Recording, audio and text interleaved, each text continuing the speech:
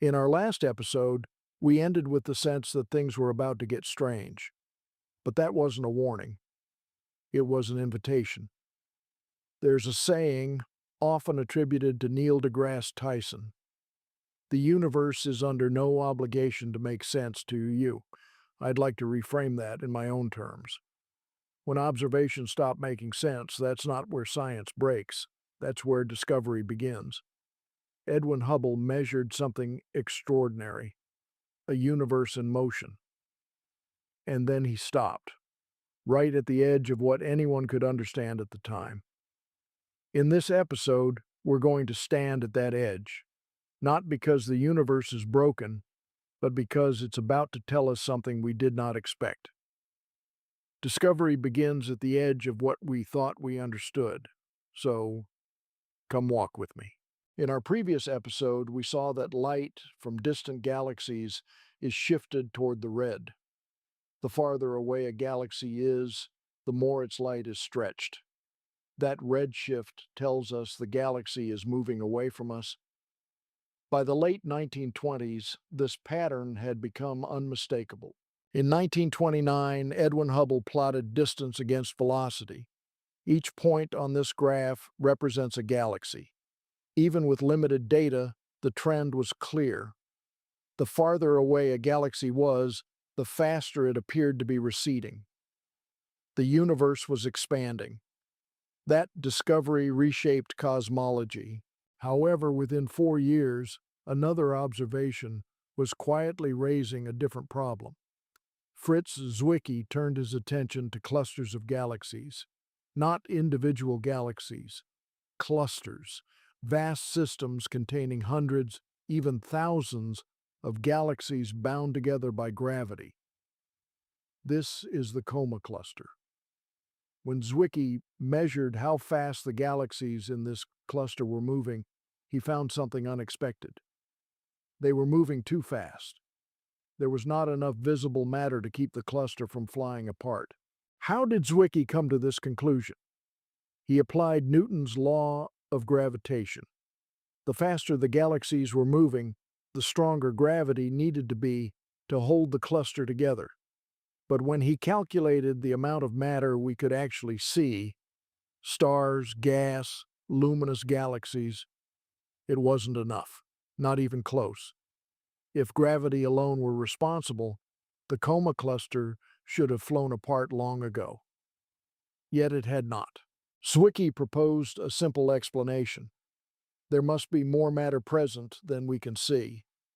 He called it dunkle Materie, dark matter. But the idea did not immediately transform cosmology. For decades, the result remained a curiosity, an anomaly, not yet a revolution. And then for a time, cosmology moved on. The expansion of the universe remained the central story. Zwicky's missing mass was noted, but it did not yet overturn the foundations of gravitational theory. Clusters are complicated systems, hundreds of galaxies interacting with one another, gas, plasma, and stars all moving through one another's gravitational fields. So it is natural to ask a simpler question. What happens inside a single galaxy? This is the Andromeda Galaxy, a vast rotating disk of stars, gas, and plasma. If most of that mass lies near the center, Newton's law gives us a clear expectation. Stars farther from the center should move more slowly. If we want to understand how gravity works inside a galaxy, we need to measure how fast its stars are moving. That work was carried out by astronomer Vera Rubin. Using large telescopes and sensitive spectrographs, Rubin measured the Doppler shifts of light coming from stars, gas, and plasma in spiral galaxies. Those tiny shifts in spectral lines reveal the speed at which matter is orbiting the galactic center. Around the time Rubin was publishing these measurements, I was studying physics as an undergraduate. The time was in the early 1970s. Like most students at the time, I expected the results to follow directly from Newton's law of gravity. But Rubin's measurements were about to show something very different. This graph shows what Rubin and her collaborators discovered. The horizontal axis shows distance from the center of a galaxy. The vertical axis shows the orbital speed of stars, gas, and plasma at those distances. If gravity came only from the visible matter, the stars, gas, and plasma we can observe, those speeds should decline with distance from the center. In other words, the outer parts of the galaxy should rotate more slowly. But that is not what the measurements show. Instead, the orbital speeds remain nearly constant, far from the center.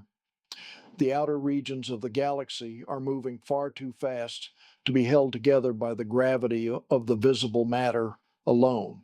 What you are seeing in that gap is the central mystery. The visible matter in a galaxy, the stars, gas, and plasma we can observe, does not provide enough gravity to hold the galaxy together at the speeds Rubin measured. Something else must be there, something we cannot see. That missing gravitational influence is what we call dark matter. We know it is there because of its gravitational effects, but we still do not know what it actually is. A couple of thoughtful questions came out of episode 2. I will address those directly in a short follow-up.